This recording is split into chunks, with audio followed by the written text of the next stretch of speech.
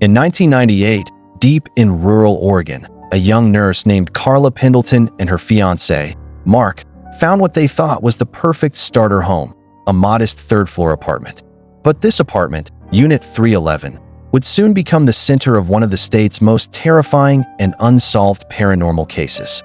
What began as a new chapter for the couple quickly spiraled into a nightmare, documented through diary entries, police calls, and chilling recollections. This is the story of the shadows of apartment 311. From their very first week, Carla noted strange occurrences. The bathroom lights would flicker violently, but only when she was alone.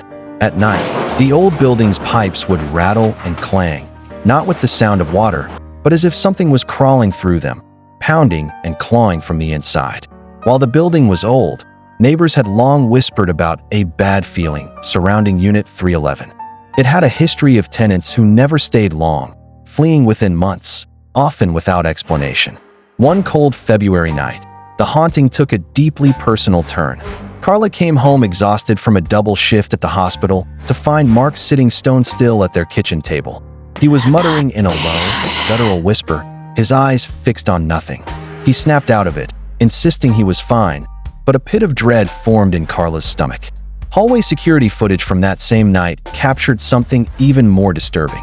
Mark leaving the apartment at 2 in the morning and not returning for nearly 5 hours, with absolutely no memory of where he had been.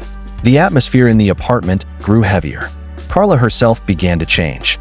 She developed a fear of her own reflection, overcome with the unnerving sensation that she was being watched from inside the mirror. The paranormal activity escalated from strange noises to physical manifestations.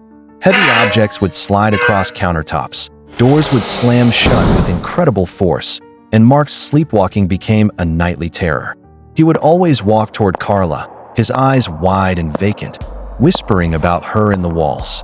Neighbors would later recall hearing a woman's terrified shriek echoing from the apartment on multiple nights. The building's maintenance man, in a recorded interview, shed some light on the apartment's dark history. He said something was always wrong with 311. The carpets never seemed to warm up, and pets refused to even go near the door. Historical records confirmed the building's grim past.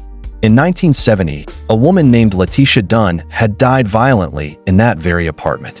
Her body was discovered wedged behind the water heater.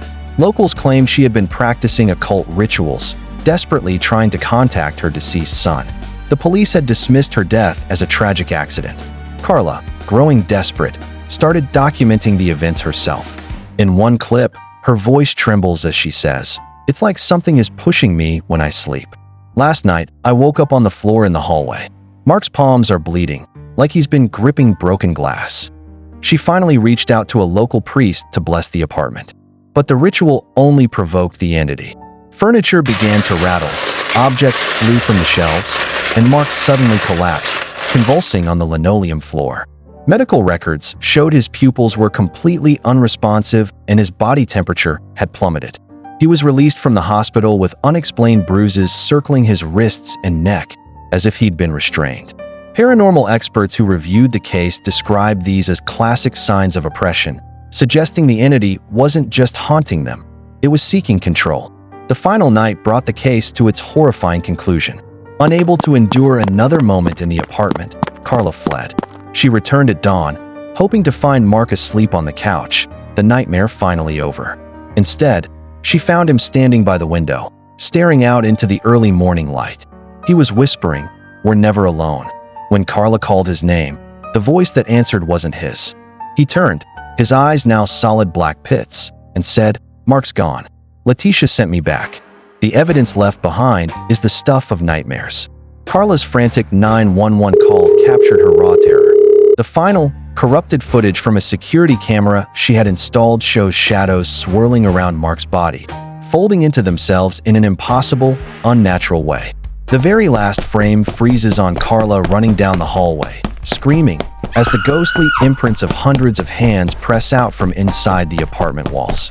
Apartment 311 was sealed by investigators and has remained empty ever since. The Pendleton case is a chilling reminder that some doors are best left unopened, and some mysteries are darker than we can ever imagine. Thanks for watching.